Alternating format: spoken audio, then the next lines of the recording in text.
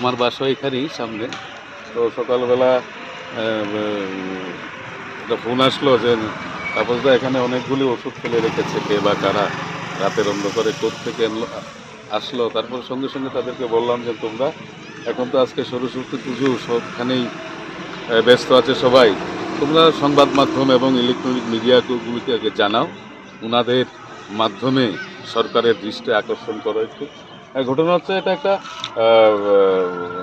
হতে পারে কোনো রাজনৈতিক একটা রং থাকতে পারে এটাতে, কারণ যেখানে দাঁড়িয়ে আমাদের রাজ্যের সকলের প্রিয় মুখ্যমন্ত্রী প্রফেসর ডাক্তার মানিক সাহাজি রাজ্যের স্বাস্থ্য পরিষেবার উন্নয়নের জন্য দিবারাত্র কাজ করে যাচ্ছেন।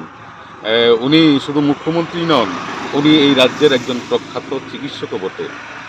তাই উনি চেষ্টা করছেন গরিব থেকে গরিব আমার এই রাজ্যের সমস্ত মানুষ যাতে স্বাস্থ্য পরিষেবায় কোনো রকম ঘাটতি না হয় সেদিকে লক্ষ্য রাখছেন। বিভিন্ন সাবসেন্টারগুলিতে, হেলথ সাবসেন্টারগুলিতে এবং বিনামূল্যে ওষুধ দেওয়া। যেমন আমাদের সামনে একটা 9 নম্বর সাবসেন্টার রয়েছে রামনগর 9-এ, সেখানে হোমিওপ্যাথিক চিকিৎসা হয়, এলোপ্যাথিক চিকিৎসা হয়, আয়ুর্বেদিক চিকিৎসা হয় এবং এখানকার মানুষরা প্রতিনিয়ত এখানতে ভালো পরিষেবা পাচ্ছেন, প্রতিদিন বিনামূল্যে ওষুধ পাচ্ছেন। কিন্তু কি কারণে এই ওষুধগুলি কে বা কারা কোত্থেকে এগুলি ফেলা হলো এটা আমরা কিছুই জানি না।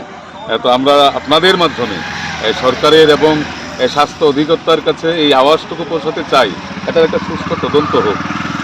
কারণ আমাদের মুখ্যমন্ত্রীজি যখন প্রধানমন্ত্রীজির দিশা নির্দেশিকা নিয়ে এই রাজ্যকে, ত্রিপুরা রাজ্যকে অগ্রগতির দিকে এগিয়ে নিয়ে যাচ্ছেন, সেই প্রেক্ষাপটে দাঁড়িয়ে ওনাকে কালিমা নৃত্য করার একটা ছোট্ট করে হলেও এটা একটা প্রয়াস। আমরা তীব্র ধিক্কার জানাই, আমরা তীব্র ধিক্কার জানাই যারা এই ন্যাক্কারজনক ঘটনাটি করেছেন।